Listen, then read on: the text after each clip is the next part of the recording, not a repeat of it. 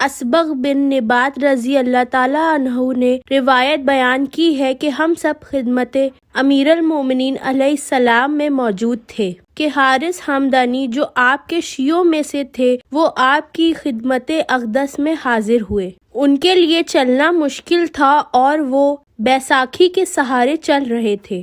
وہ مریض تھے۔ چونکہ امیر المومنین کی نگاہ میں ان کی عزت تھی، آپ ان کی طرف متوجہ ہوئے اور آپ نے فرمایا، اے حارث تمہارا کیا حال ہے؟ انہوں نے عرض کیا، امیر المومنین زمانہ مجھ سے منہ موڑ چکا ہے اور میرے بارے میں نفرت اور کینہ ہے اور غیر مذہب رویے اختیار کر چکا ہے، اور آپ کے اصحاب میں سے بھی کچھ میرے ساتھ آپ کے بارے میں معاندانہ کردار ادا کرتے ہیں۔ میری یہ کیفیت اور مصیبت آپ کی وجہ سے ہے۔ آپ نے فرمایا، اے حارث میری وجہ سے 3 قسم کے افراد ہلاک ہوں گے۔ ایک وہ شخص جو میرے بارے میں غلو اور افراط کا شکار ہوا، دوسرا وہ شخص جو میری شان و عظمت میں مقصر ہے، تیسرا وہ شخص جو مردود و پریشان ہے، وہ مجھے باقیوں پر مقدم رکھے یا مؤخر کرے۔ آپ نے فرمایا، اے حارث تمہارے لیے اتنا ہی کافی ہے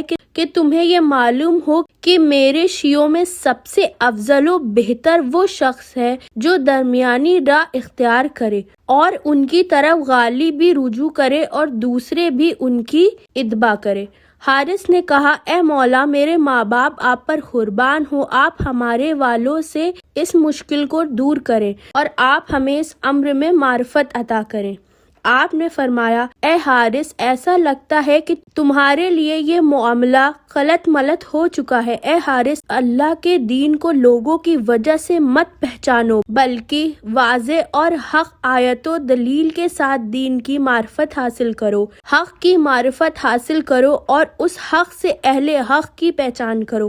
اے حارث حق ہی بہترین حدیث ہے اور اس کی طرف مائل اور متوجہ ہونا جہاد ہے، اور میں تمہیں حق کے بارے میں خبر دیتا ہوں کہ تم اس کی طرف توجہ کرو اور جو تمہارے سمجھدار دوست ہیں ان کو حق کے بارے میں خبر دو۔ آگاہ ہو جاؤ میں اللہ تعالیٰ کا بندہ اور اس کے رسول کا بھائی ہوں، اور ان کی سب سے پہلے تصدیق میں نے کی تھی۔ میں نے آپ کی اس وقت تصدیق کی جب آدم روح اور جسد کے درمیان تھے، پھر اس امت میں سے سب سے پہلے آپ کی حقانیت کی تصدیق کرنے والا تھا۔ ہم اول ہیں اور ہم ہی آخر ہیں اور ہم آپ کے خاص ہیں۔ اے حارث ہم ہی خالص ہیں، میں آپ کا بھائی، آپ کا وصی، آپ کا ولی، آپ کا رازوان اور آپ کے اسرار کا مالک ہوں۔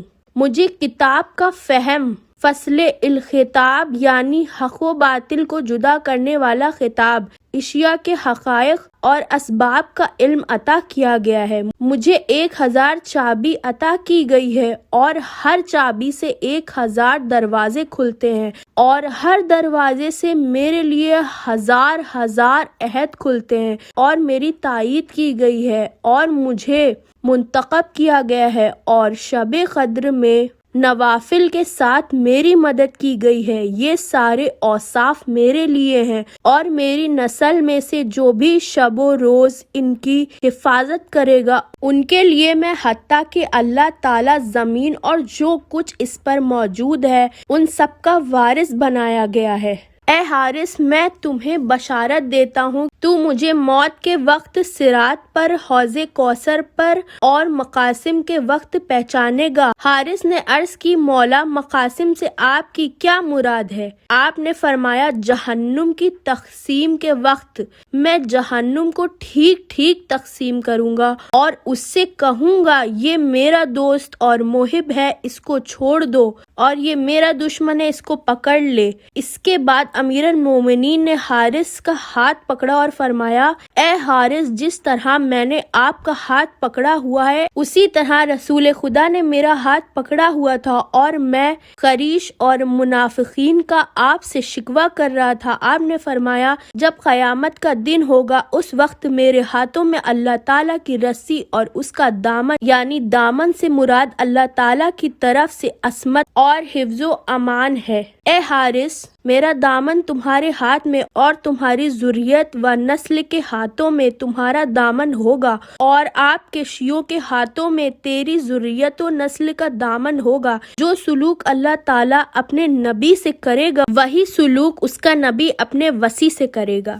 اے حارث، یہ ایک طولانی گفتگو میں سے چھوٹا سا ٹکڑا ہے، اس کو اپنے پاس محفوظ کر لو۔ پھر آپ نے 3 دفعہ فرمایا، اے حارث، جس سے محبت کرے گا قیامت کے دن تو اس کے ساتھ محشور ہوگا، اور اس دنیا میں جو تو کسب کرے گا وہی آخرت میں تیرا مقدر ہوگا۔ اس کے بعد حارث کھڑے ہوئے اور ان کی چادر زمین پر گھسٹتی جا رہی تھی۔ ان کی زبان پر یہ الفاظ جاری تھے کہ اب مجھے کوئی فکر نہیں ہے، خواہ موت مجھ سے ملاقات کرے یا میں موت سے ملاقات کروں۔